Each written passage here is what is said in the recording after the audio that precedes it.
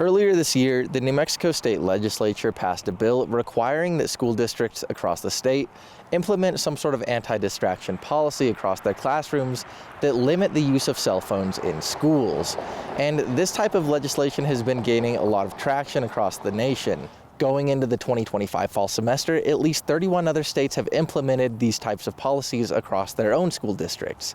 So what's leading to this type of legislative change? Well, according to nationwide data from the Department of Education, in 2013, 77% of 8th graders scored at or above basic reading proficiency. And in 2024, that number dipped to 66%. And on top of this, the nation's youth are facing a mental health crisis. According to a 2024 report from the CDC, quote, nearly all indicators of poor mental health and suicidal thoughts and behaviors worsened from 2013 to 2023. This time frame corresponds to the widespread use of cell phones and social media by Gen Z. So what does this mean for New Mexico school districts? Well, we have our own data sets to dig into. See, even though the statewide mandate passed earlier this year, Cloudcroft school districts were ahead of the curve with anti-distraction policies, implementing the use of Yonder pouches in the fall semester of 2024. The Yonder pouch is essentially a magnetic case that locks a child's phone away for the day, allowing them to keep possession but restricting access until they leave the building. Cloudcroft Middle School principal Nolene Adams said it's changed the behavior and habit of kids during school hours. I taught middle school for 10 years before I became the principal, and so it was a daily struggle with kids in my classroom, not because of anything other than that they were addicted to cell phones. And so being able to put the Yonder pouches to use has helped a lot. I see them socially interacting more. They're more professional in their communication with teachers. They're nicer to each other. We've seen cyberbullying decrease greatly in the last 2 years. I was dealing a lot with cyberbullying, and then the very next year we implemented Yonder pouches, and I rarely have to do that anymore, so it's really nice. It's actually helped a lot. So now that this has been a policy for over a year in Cloudcroft, what can we learn?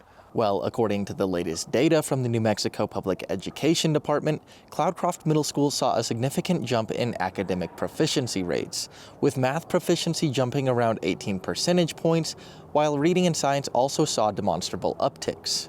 But does correlation equal causation, and are these bans a true solution to some of the issues we're seeing across the nation's youth?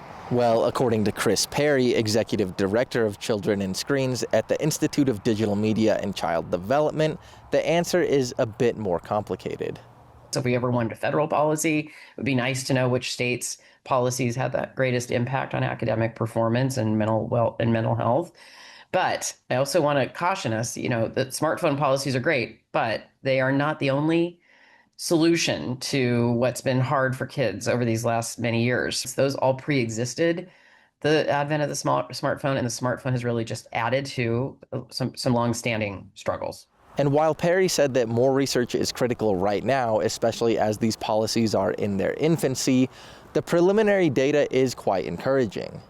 These products weren't designed as child-centered or child-positive products. They're designed essentially to support the companies who made them. And so I think there is a moment here where parents are reaching kind of the breaking point, and teachers too. That's why we're seeing these policies. Even within one semester, we're seeing some of these improvements around mental health and academic performance. One can assume that over many semesters, you would see those improvements grow. But Cloudcroft Middle School has a really small student body, somewhere around 100 students.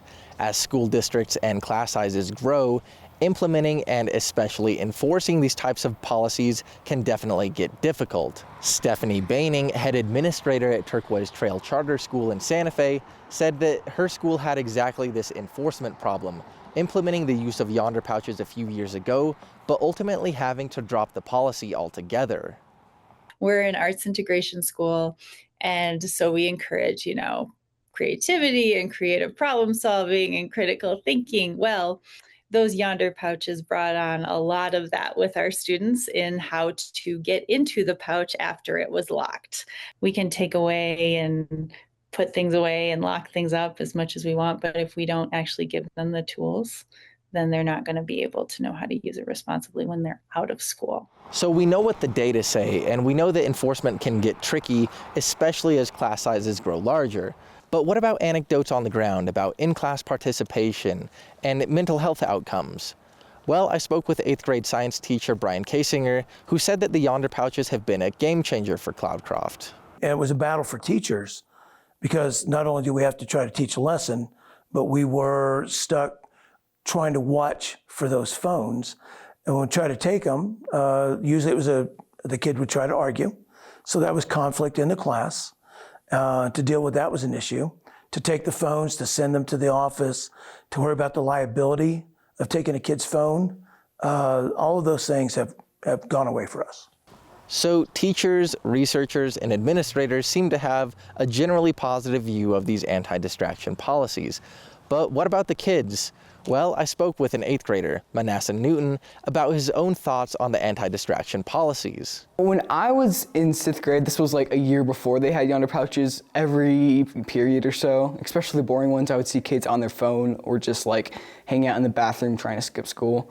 And during lunchtime, during especially like recess, a lot of people would just be staring at their phones and not really paying attention to anything else. And now we have conversations and we like communicate a bit more instead of like staring at a phone for the entire lunch period. Newton said that even though not many people were on board with the policy initially, he's seen positive change across himself and his peers, and he thinks it'll have a similar impact across the state's school districts. I think that a lot of people will be upset with it. I know I was and a lot of my peers, but in the end, I ultimately think it can benefit us, especially because it'll keep us focusing on school a bit more. And Principal Adams echoed Newton's sentiment that these policies aren't popular at first, but that they do become easier to enforce as time goes on. They're very addicted to their cell phones and devices in general. And so at first there is going to be a struggle. It's going to be tough to start it. But I think as long as the administration and the teachers are both on the same page and that everybody is aligned in their mentality of there is a zero tolerance policy on it, then that's the safest way to go, or otherwise kids will take advantage of it. As more states look to limit the use of cell phones in class, New Mexico is becoming a testing ground for how much these policies can actually impact learning in the classroom. Whether these restrictions mark a significant turning point is yet to be seen, but the next few years may just reveal how much difference a locked pouch can make for the children of New Mexico. Reporting for the Southern New Mexico Journalism Collaborative, I'm Johnny Coker.